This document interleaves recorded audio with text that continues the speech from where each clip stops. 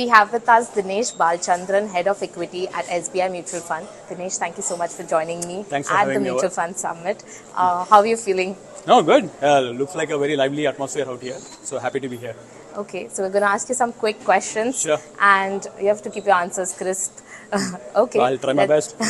Let's get into it. What's the secret for being a successful investor? I think patience. I think that would be the number one trait, and basic due diligence. So to me, it's one where you do your due diligence and be patient, and the reward will be yours. What's a sector that you're bullish on for the next 2 to 3 years?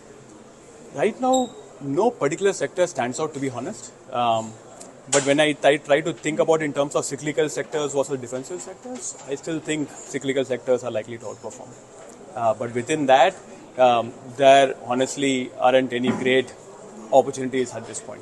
So are you holding on? I am holding on, but I also have a lot of cash in my funds where the idea is to sort of take advantage of any corrections that might come by. Okay, so you're expecting? Well, you can never really forecast these things, but at least you want to be prepared if any such correction happens. Okay, and we're also seeing like a lot of new age companies listing loss making at exponential premiums. What's your view on that? I think people are probably thinking too much about the fact that they are loss making right now. I think what you really need to see is what is the profit making potential down the line once situation normalizes. So to me, it's one where if someone is going to look at these companies only based on current year losses or current year profits, I think they will be doing a lot of disservice in terms of analyzing these companies.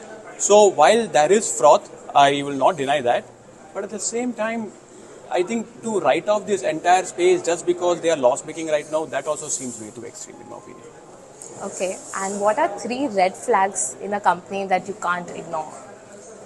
One, treatment of minority shareholders. So you look at the company's past and you see essentially what have they done with respect to any interactions with regards to minority investors.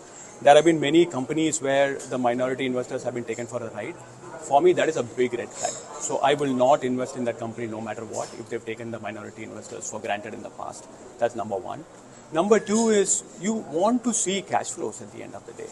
Right? It's okay if the company doesn't show cash flows for a while, and I'm perfectly fine with that. But somewhere it has to be visible. So if a company is just reporting good revenues and there is no visibility of cash flows at all, that is a big red flag in my opinion.